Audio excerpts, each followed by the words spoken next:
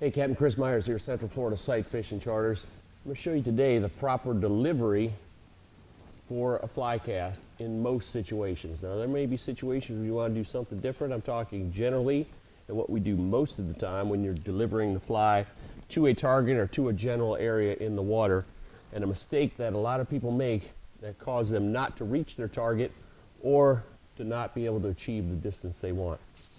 So when we have this fly line up in the air, we're going back and forth. This is called false casting. We use this for a variety of reasons. We use this to change the amount of line we have out. We use this to change the position.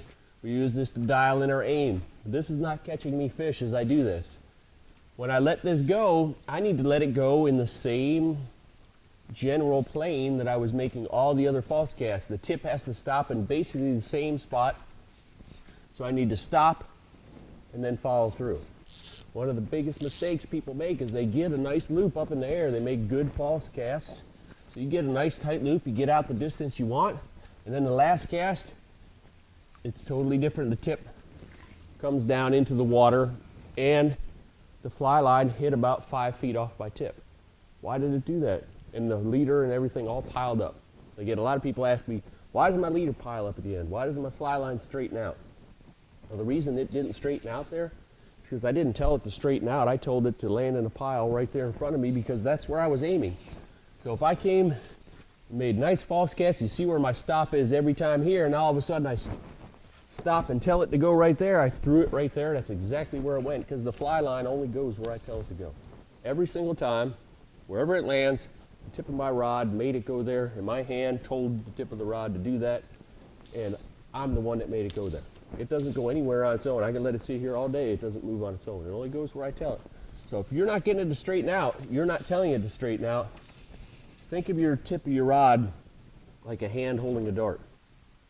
If a hand is holding a dart and I want that dart to go out towards the dartboard, my hand stops going out. If I hold on to the dart and I come down and I let it go as I'm traveling down, if this is where I'm throwing my dart, that's where it lands. The tip of that rod is a hand holding a dart. The fly is my dart. If I want that fly to go way out there and unroll and straighten out, that's where I need to aim. So the delivery part is always a two-part motion. So I stop as it's almost unrolled, then I come down to the water because I want to stop down here and I want to strip down here.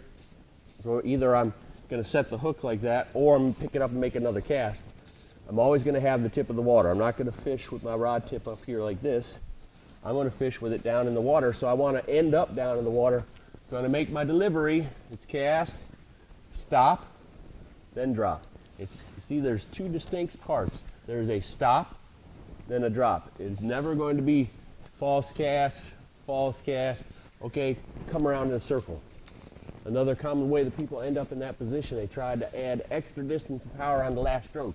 Tell me if you've seen yourself do this. Okay, you get a good cast. Okay, now I'm really going to get it out super far. And it fell in a pile right here because that's exactly where I told it to go. So make sure that you have a two-part delivery on your cast, and you'll find that it'll unroll better and it'll go out a lot farther, making you a better fly cast.